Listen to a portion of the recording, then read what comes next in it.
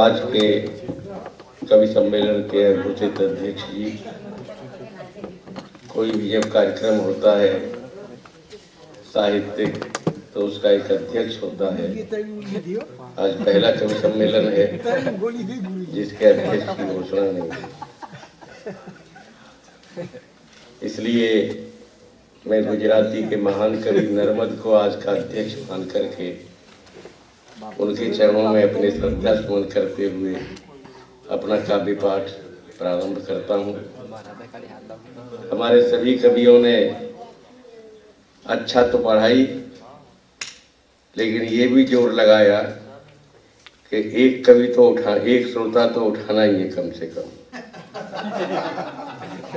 जब कवि सम्मेलन शुरू नहीं हुआ था तो काफी लोग थे और बच्चे चाहे समझे न समझे लेकिन पीठ तो भारी थी। सबसे पहले तो बेचारे उन्हीं को भगाए,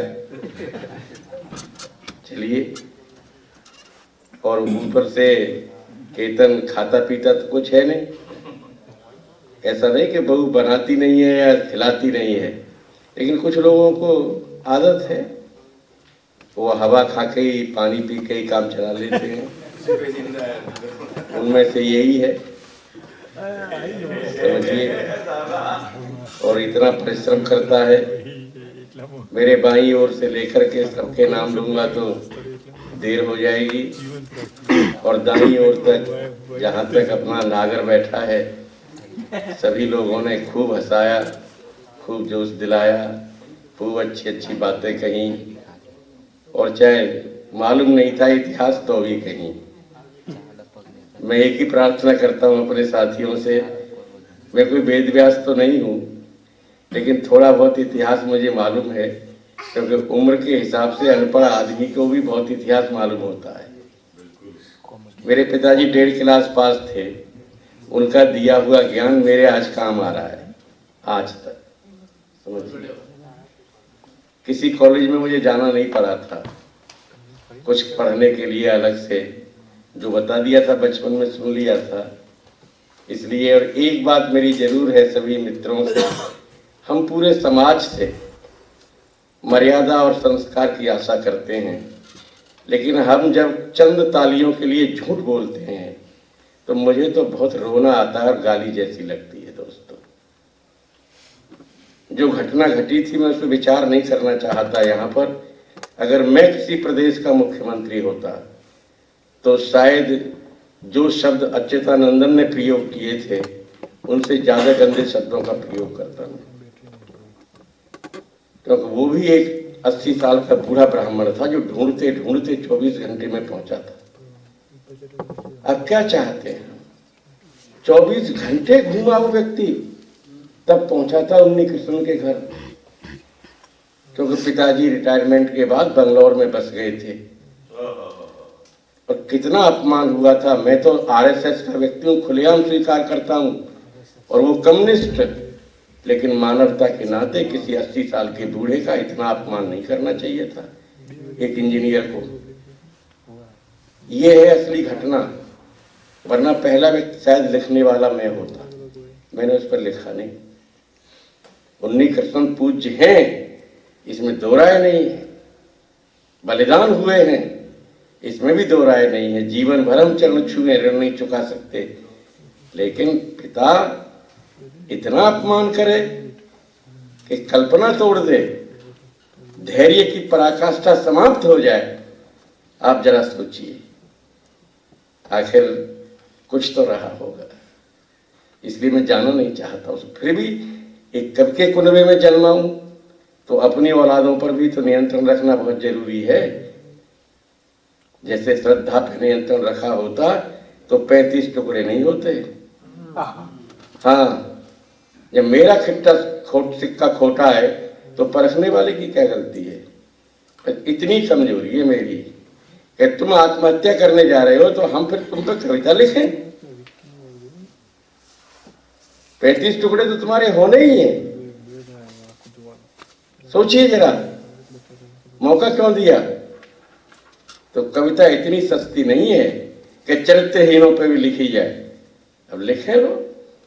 दोस्तों सुनिए, मुझे पीड़ा होती है इसलिए मैं बोलता हूँ। हाँ, बहुत अलग से बात है मेरी।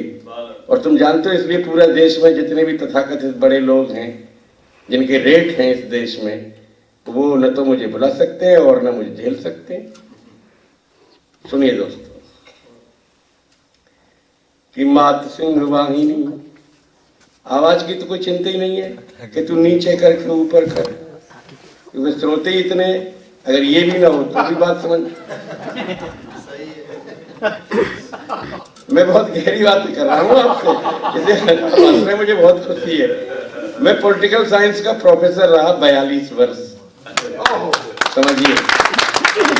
मुझे व्याकरण नहीं आता, 35 साल मुझे नहीं मालूम था कि मैं घनाक्षरी पढ़ता हूँ, लेकिन देश ने बहुत झेला और बहुत सम्मान दिया जिसकी कल्पना नहीं है। कल 4-5 दिन से मैं संख्या डाल रहा हूँ कौन सा कवि सम्मेलन पढ़ने जा रहा हूँ। आज मुझसे किसी ने पूछ लिया, दादा पहले कभी नहीं लिखते थे संख्या। मैंने कि जिनके रेट हैं ना 15 लाख, 2.5 लाख, 2 लाख, उन्हें जलाने के लिए डालता हूँ ये संख्या कि मेरा ये कवि सम्मेलन इस संख्या का। अब तुम कितने लेकर के कितने पढ़ोगे, पढ़ते रहो, समझिए। तो इसलिए अब मैं पॉलिटिकल साइंस का प्रोफेसर, जब 71 में मैं प्रोफेसर बना, 72 में एक कवि सम्मेलन में था एक इंटर कॉलेज में। तो उस जमाने में पुलिस के विरोध में कविता पढ़ते थे लोग। मैंने कहा इसको क्यों गाली दे रहे हो, इसका तो 22वां नंबर है भ्रष्टाचार में। हाँ, मैंने इसका तो 22वां नंबर है, अगर गाली देनी है तो मैंने कि बिजली विभाग को दो जिसका पहला नंबर है। अब लोगों ने कहा ये लड़का 21 साल का आया, 1 साल नहीं हुआ, इसने ये गणना कर दी। चुनौती बन गई मेरे लिए। जब मैं पीएचडी कराने के लिए क्वालिफाइड हुआ, मैं लिखता नहीं हूँ डॉक्टर कभी भी, लेकिन कल लगभग 45 लोगों ने मेरे अंडर पीएचडी की और मैं पढ़ता भी नहीं हूँ। ये मुझे घमंड हो सकता है अगर मैंने दस्तखत कर दिए और कागज चाहे कोरे ही सही, फिर देश का कोई एग्जामिनर उसमें फेल नहीं कर सकता उसे। कैंडिडेट जी के दस्तखत में कौन झेलेगा? हाँ, आप समझिए। तो मैंने पीएचडी पुलिस पे भी कराई, हाइडल पे भी कराई, हाइडल माने बिजली विभाग, और परिवहन निगम पे भी कराई। तो बड़े बड़े एक्सपर्ट कहते थे ये विषय कहाँ से लाते हो? मैंने इसी समाज में है, इसमें भी तो राजनीति है। और 23वां नंबर आया त्यागी जी, 22वां 21वां भी नहीं आया, 23वां, यानी 1 डिग्री। और गालियां सबसे ज्यादा कौन खाता है? पुलिस, क्योंकि जनसंपर्क में रहती है। और मजे सबसे ज्यादा कौन मारता है? बिजली विभाग, जो जनसंपर्क में रहता ही नहीं, उसकी उत्पादन संपर्क में रहता है। ये स्थितियां, 1 मीटर जब घूमता है तो 2 करोड़ बचते हैं।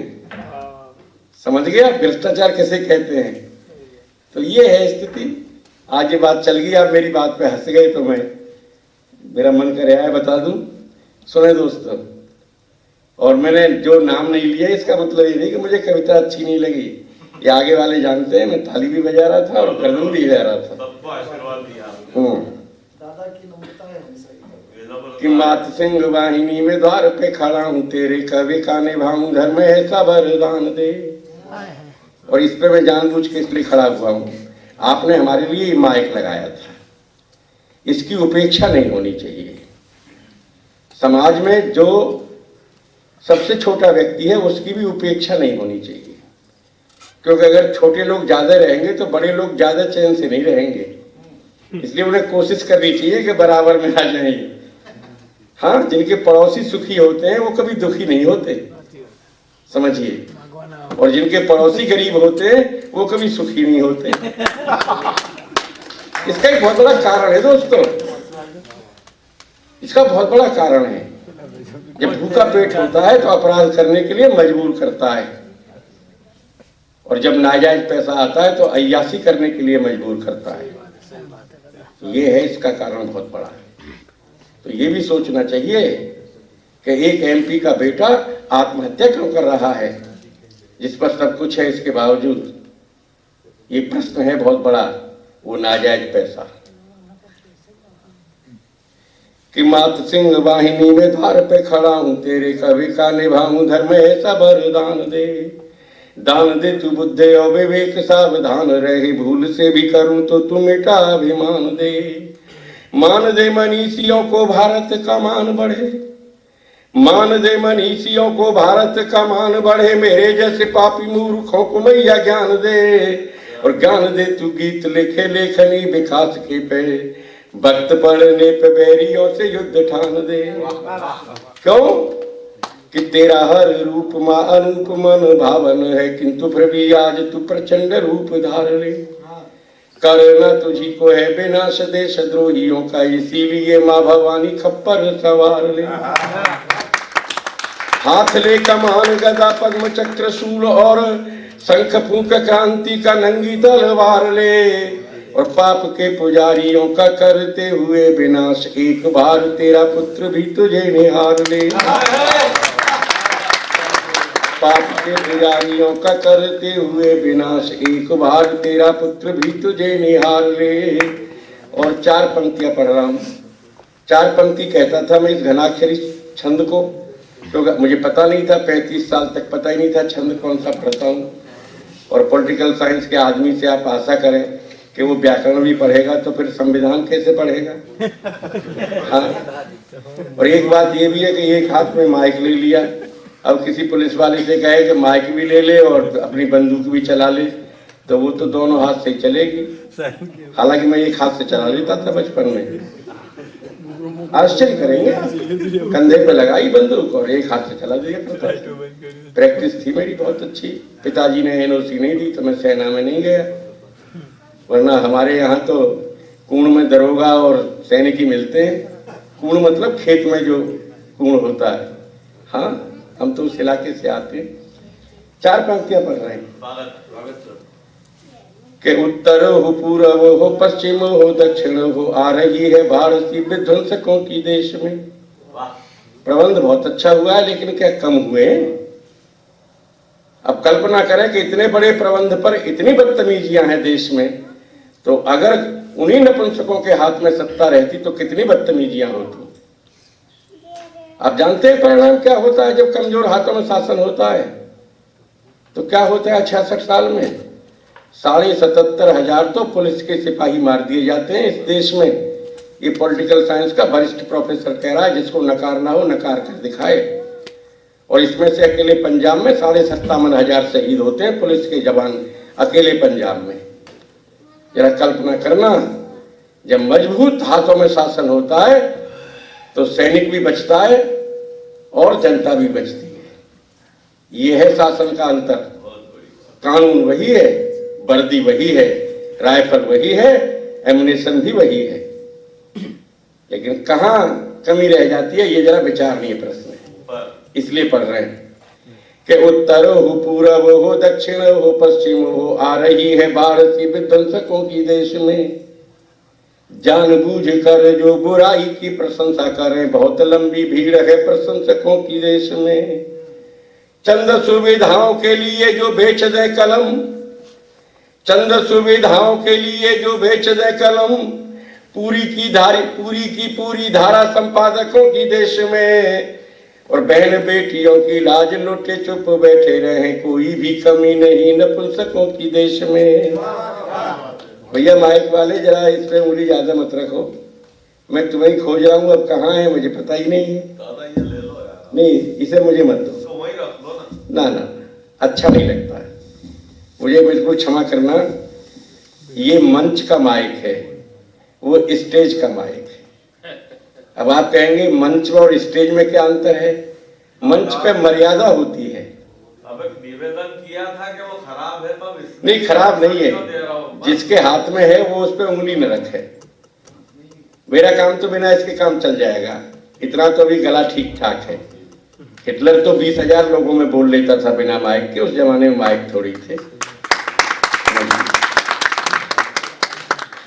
अब आप, और कुछ लोग कहते भी है कि हिटलर से तुम्हारा क्या संबंध, हम क्या करें, अब सत्ता से थोड़ी दूर है, वरना बता तो देते क्या संबंध है। हाँ, बता तो देते। समझिए क्यों, ऐसा मैंने क्या अपराध कर दिया? हिटलर भी जेल तोड़कर भाग गया था, लोहिया और हमारे जयप्रकाश जी भी जेल तोड़कर भाग गए थे उस जमाने में जब जरूरत थी। क्यों भाई? हाँ। ये थोड़ी है कोई बात, सोचिए जरा। और जिनकी कल जयंती थी वो जेल तोड़कर नहीं, लेकिन जेल के फाटक में से निकल गए थे। कौन सा? हाँ, सुभाष चंद्र जी। तो यही है। सुने दोस्तों, अगली 4 पंक्तियां पढ़ रहे हैं।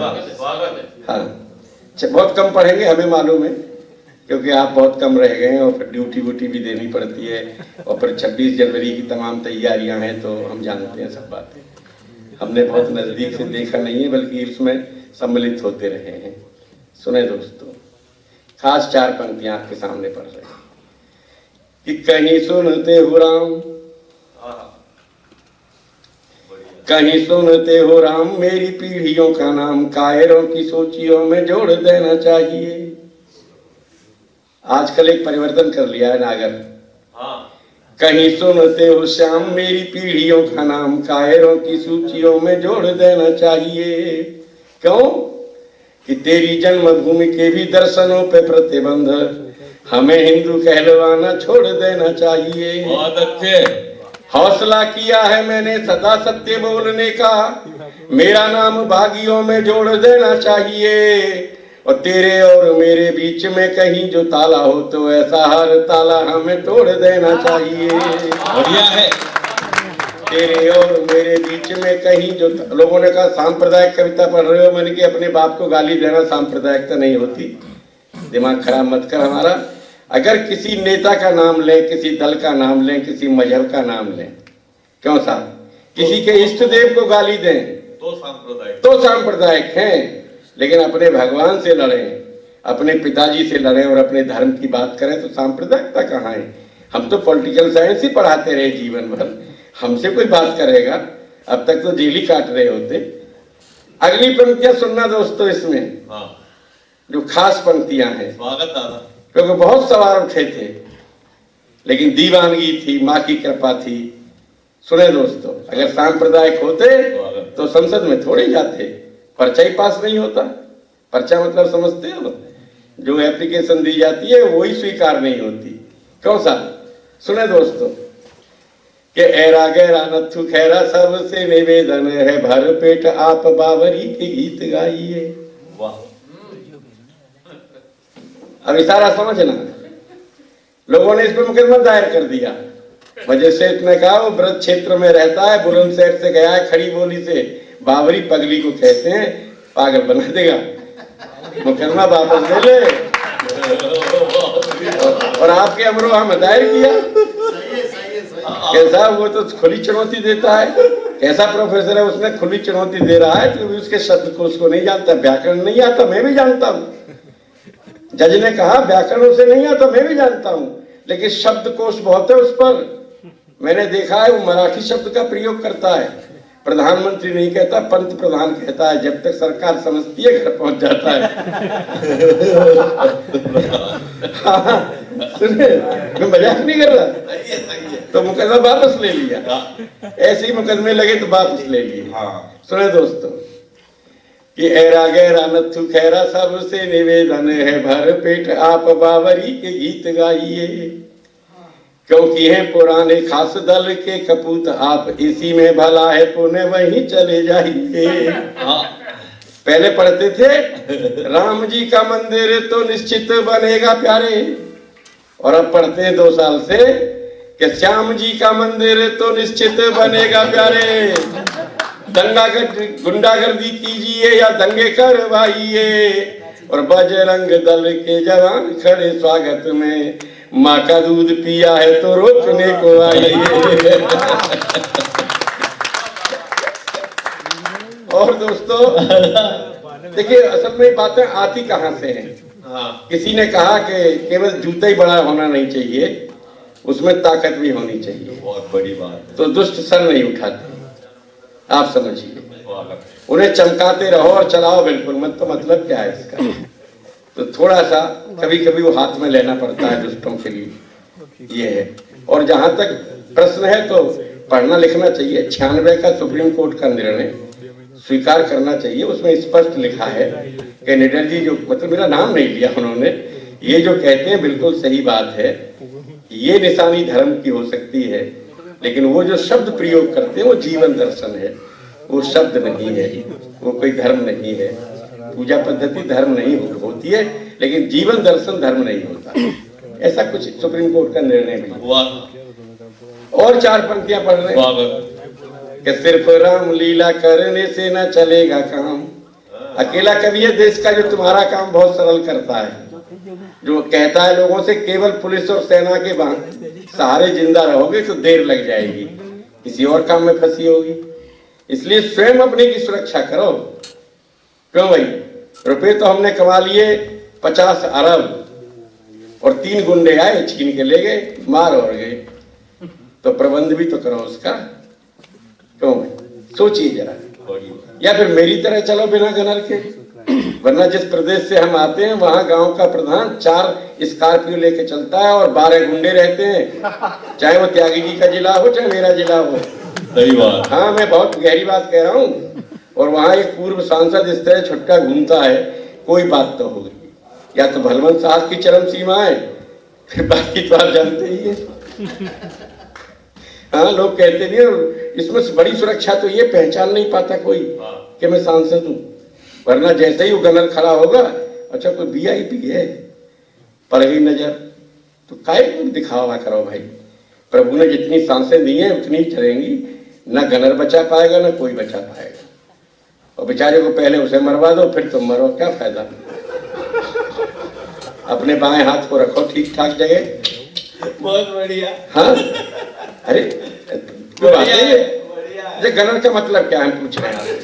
क्यों आखिर क्यों खुद तो ईंट उखाड़ते रहोगे और गोली दूसरे का लाल चलाएगा। क्यों चलाएगा, जब जरूरत पड़ेगी देश की, हमारे लिए थोड़ी चलाना चाहिए। सुने पंक्तियां कि सिर्फ राम लीला करने से न चलेगा काम, राम का चरित्र भी तो जीवन में धारिए।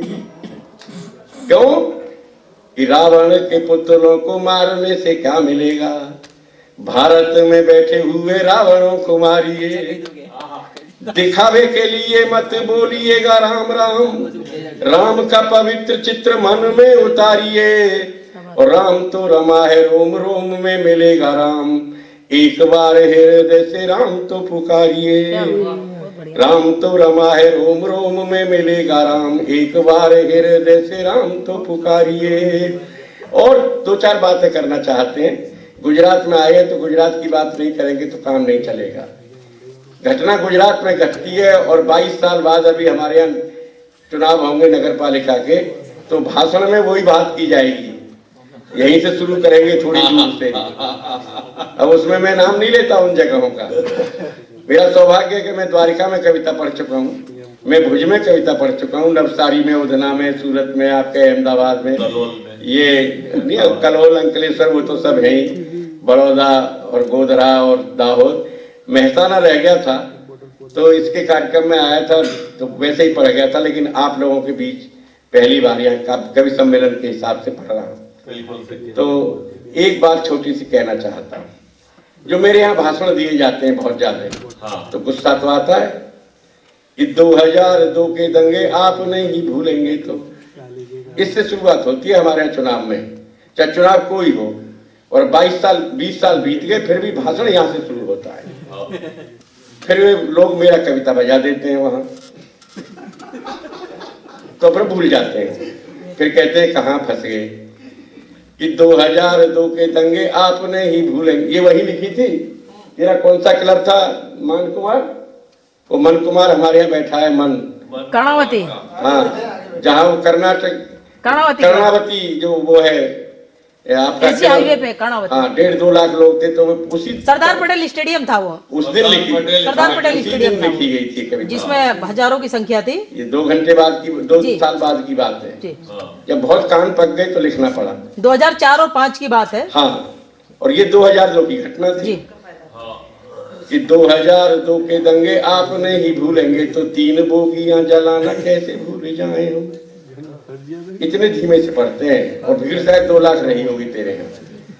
2002 के दंगे आप नहीं भूलेंगे, तो 3 बोगियां जलाना कैसे भूल जाए हम। एक बाबरी का ध्वंस आप याद रखेंगे, तो लाखों मंदिर गिराना कैसे भूल जाए हम। एक बाबरी का ध्वंस आप याद रखेंगे तो लाखों मंदिर गिराना कैसे भूल जाएं हम।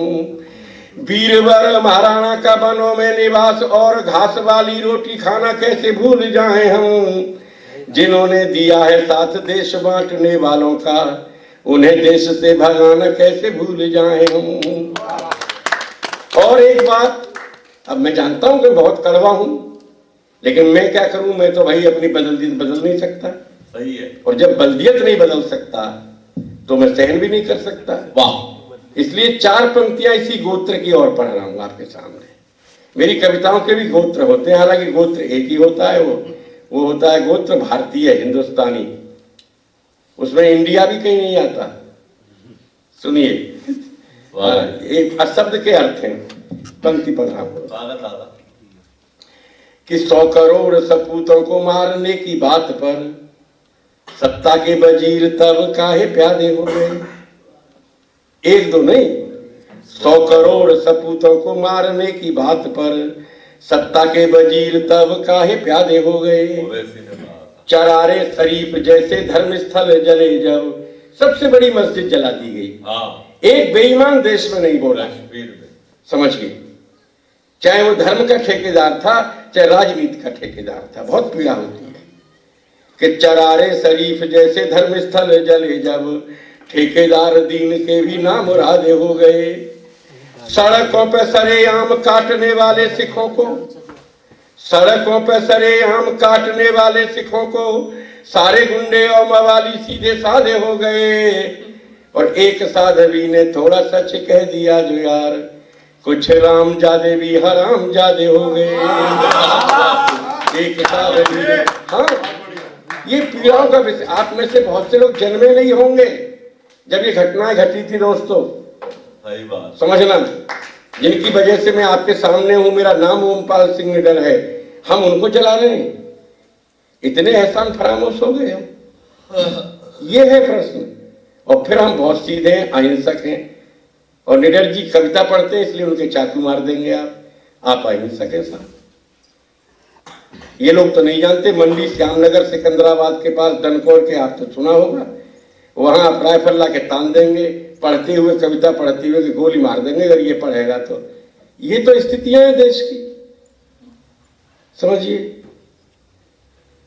इसलिए अब हम तो इसलिए कुछ नहीं कहते कि हमारा कोई मतलब नहीं, भाग्य में था तो सब झेलेंगे, लेकिन फिर भी हमारा देश महान है, ये हम जानते हैं। 4 पंक्तियां और पढ़ रहे हैं, आप समझिए, और सवाल उठाते रहे हैं कि थोड़े से दंगाइयों के मरने पे हाय तौबा। हम संख्या भी जानते हैं, पॉलिटिकल साइंस के प्रोफेसर हवा में नहीं रहे। हाय तौबा, थोड़े से 700 कुछ 21 आंकड़े मिल जाएंगे, यहीं आपके हेडक्वार्टर में मिल जाएंगे गांधीनगर में, कि थोड़े से दंगाइयों के मरने पे हाय तौबा, 47 का नजारा कैसे भूल गए आप। अब व्याख्या में नहीं जाना चाहते। थोड़े से दंगाइयों के मरने पे हाय तौबा, 47 का नजारा कैसे भूल गए आप। मातृभूमि की बटी थी तो देश के करोड़ों लोग हो गए थे बेसहारा, कैसे भूल गए आप। माता पिता के समक्ष बहन बेटियों की लाज लूटते गुंडे आवारा, कैसे भूल गए आप। और हिंदुओं के देश में ही काश्मीरी हिंदू यारों बेघर हुए दोबारा, कैसे भूल गए आप। और 1-2 नहीं, 7.5 लाख, समझिए। ऐसे गुस्सा फिर आता है तो पढ़ देते हैं कभी कभी कि सहनशीलता की एक सीमा होती है सदा ही, और ज्यादा सहन कभी करना नहीं चाहिए। हम गन्ने के क्षेत्र से आते हैं दोस्तों, गुड़ आप बहुत ज्यादा खाते हैं, ये भी हमको मालूम है। और हम अकेले कवियों में जैसे मीठी दाल अच्छी लगती है, ये तो छोड़ देते हैं सब। हाँ, तो हम मीठा खाते ही बहुत है, गन्ने के खेत में पैदा हुए तो मीठा तो आदत पड़ जाएगी। लेकिन हम ये भी जानते हैं कि जो ज्यादा मीठा होता है वो अपना नाश कराता है। देखो तो मीठे गन्ने को कोल्हू में पेला जाता है। कि सहनशीलता की एक सीमा होती है सदा ही, और ज्यादा सहन कभी करना नहीं चाहिए। देश के विरोधी सिर्फ देशद्रोही होते हैं रे, ऐसे पापियों से कभी डरना नहीं चाहिए। एक एक लाख या करोड़ों शीश काटे जाएं, देशद्रोही स्वरों को वो भरना नहीं चाहिए।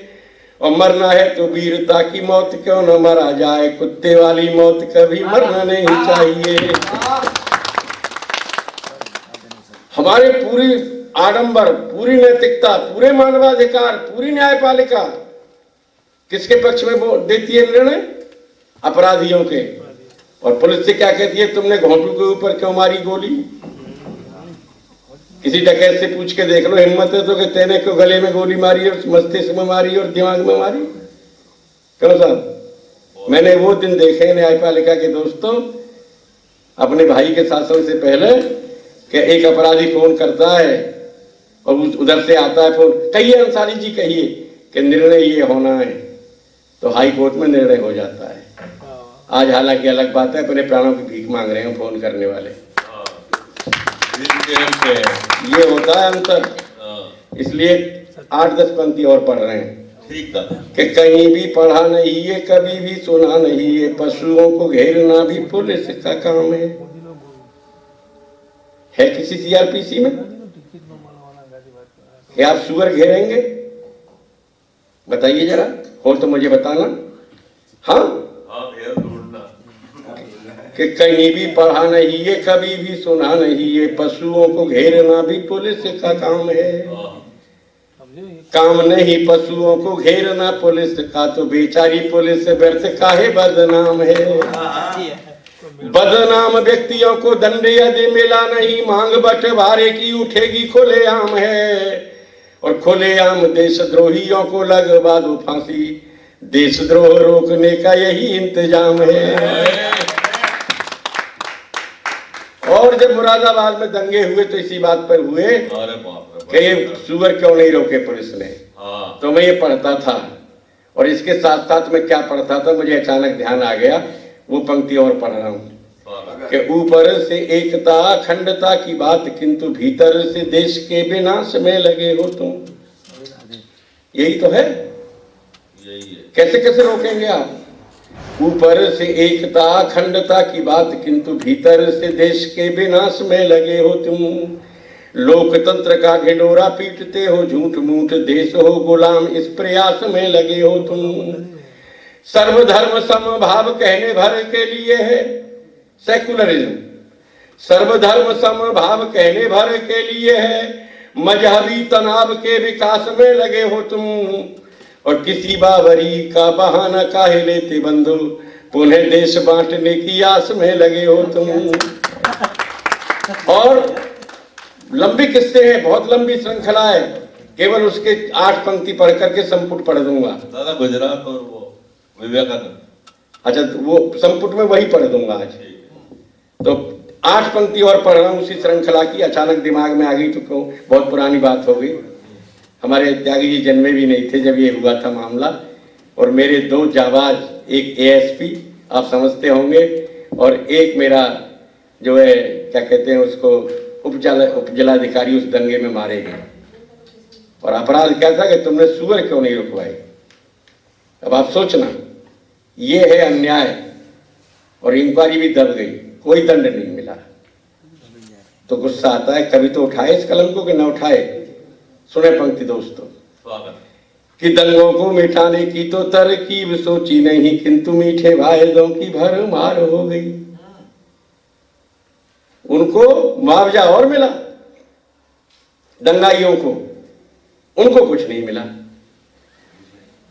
कि दंगों को मिटाने की तो तरकीब सोची नहीं, किंतु मीठे वायदों की भरमार हो गई। दोषी हुआ निर्दोष बहुमत को न होश, बेचारी पुलिस व्यर्थ गुनहगार हो गई। देशद्रोहियों को प्यार, गद्दारों को उपहार, बांटने की आज तेज रफ्तार हो गई। आज माने तब, देशद्रोहियों को प्यार, गद्दारों को उपहार, बांटने की आज तेज रफ्तार हो गई। और किसने कराए दंगे जानते हुए भी चुप, लगता नपुंसकों की सरकार हो गई।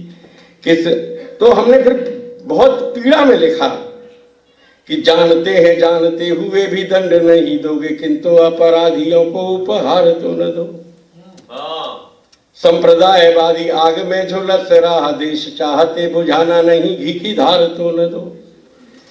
चुपचाप सुनो पाकिस्तान जिंदाबाद, किंतु यहां तक की छूट दे दी हमने तो अपनी कलम से। चुपचाप सुनो पाकिस्तान जिंदाबाद, किंतु राष्ट्र ध्वज फाड़ने का अधिकार न दो, राष्ट्र ध्वज फाड़ने का अधिकार तो न दो। और देशभक्तों को जेलों में डाल दो, मलाल नहीं, किंतु देशद्रोहियों को खोला प्यार तो न दो। देशभक्तों को जेलों में डाल दो, मलाल नहीं, किंतु देशद्रोहियों को खोला प्यार तो न दो। ये है दोस्तों अपना दृष्टिकोण। और जो मेरे मित्र ने बताया, मैं संपुट में पढ़े दे रहा हूँ, संपुट आपके सामने में पढ़ रहा हूँ, फिर कभी मिलेंगे जब देखेंगे। पहले तेरी वही पंक्ति पढ़ रहा हूँ जो तेने बताई मुझे अभी, कि नौजवानों बेनती है भेदभाव मिटाकर देशवासियों की एक जात बना दीजिए।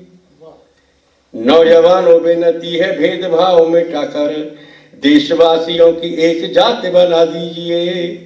गंगा गऊ गांव और गरीबों का हो आरक्षण, गंगा गऊ गांव और गरीबों का हो आरक्षण, भागे भूख लाचारी वो बात बना दीजिए।